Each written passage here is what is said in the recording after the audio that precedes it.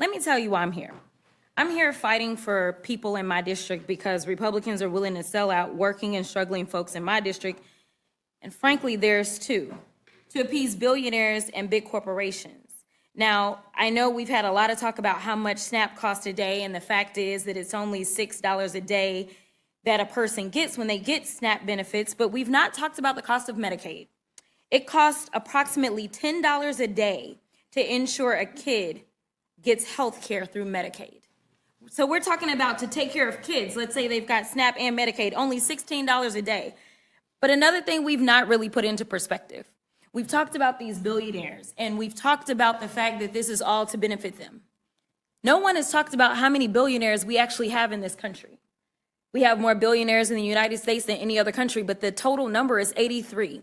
Last time I checked, we have 435 members in the House, and we have 100 members in the Senate, yet somehow 83 people in this country have more representation than the hundreds of thousands that are about to lose their health care as well as their SNAP benefits. If I just started going through the Republicans that sit on this committee briefly, I would tell you that, Chairwoman, you have 112,000 people that are about to lose SNAP benefits just in your district.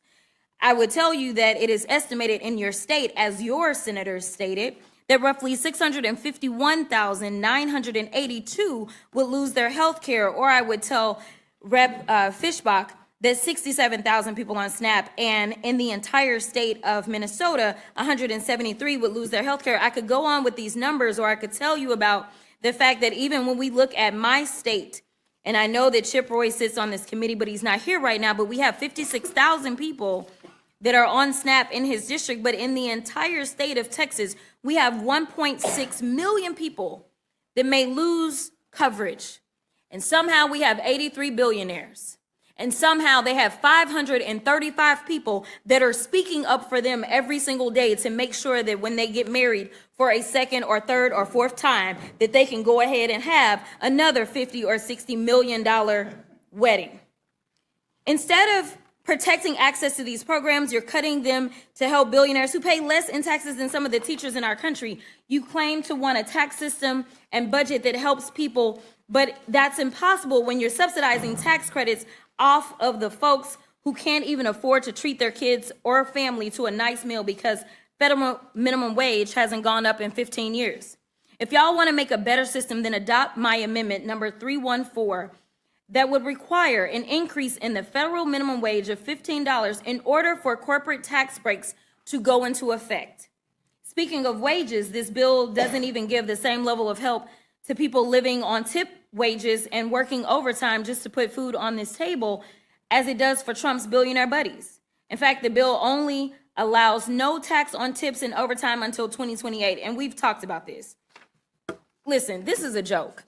This was nothing more than a campaign scheme. This was about saying, you know what, I'm gonna make this promise to you. And we can talk about the fact that there have been a lot of promises made, yet a lot of promises broken. In fact, that was one of the reasons it seems like that, you know, Senator Tillis has decided that he's done and he's gonna get out because he understands that there's nothing but broken promises that are being made, broken promises that look like, say, I'm going to deport the bad guys only, and then we end up with children with cancer or Americans or undocumented taxpayers that contribute more than $100 billion in taxes. Those are the ones being thrown in cages and sent to other countries.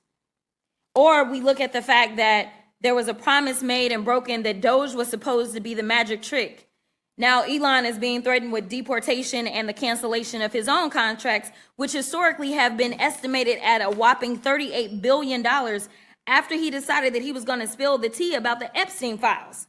And frankly, the truth is that we know that we could cut a lot of those contracts to Elon, but somehow that hasn't been done.